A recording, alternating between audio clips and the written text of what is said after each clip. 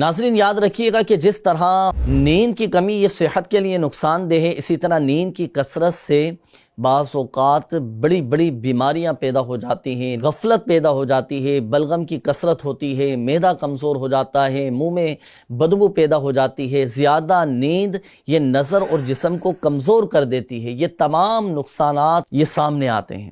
بعض اوقات بے وقت نیند چڑھنا شروع ہو جاتی ہے اور لوگ پریشان ہوتے ہیں اور اس طرح کی شکایت کرتے ہیں کہ مجھ پر پورا دن غنودگی طاری رہتی ہے۔ اب اس کا ایک مخصوص عمل میں عرض کرتا ہوں، پہلے تو اس کا روحانی علاج نوٹ کیجئے گا۔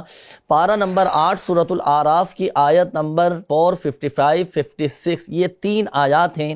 یہ 3 آیات آپ پڑھیں، اول اور آخر درود پاک کے ساتھ پڑھ کر اللہ پاک کی بارگاہ میں گڑ گڑا کر دعا مانگیے کہ یا اللہ پاک میٹھے مصطفیٰ صلی اللہ تعالیٰ علیہ وآلہ وسلم کے صدقے میری غیر ضروری نیند کو دور فرما دے۔ انشاءاللہ الکریم فائدہ حاصل ہوگا، آپ کی غیر ضروری نیند یہ دور ہو جائے گی۔ آپ دن میں ایک مرتبہ یہ عمل کر لیجئے گا، آپ کو بے وقت نیند نہیں چڑھے گی۔ عمل کیا کرنا ہے؟ دیکھیں ناظرین، روزانہ صبح نہار منہ، صبح کے وقت نیم گرم پانی لیں، نیم گرم پانی کے گلاس میں صرف 1 چمچ آپ شہد گھول کر اس میں آدھا لیمو یہ نچوڑ لیجئے۔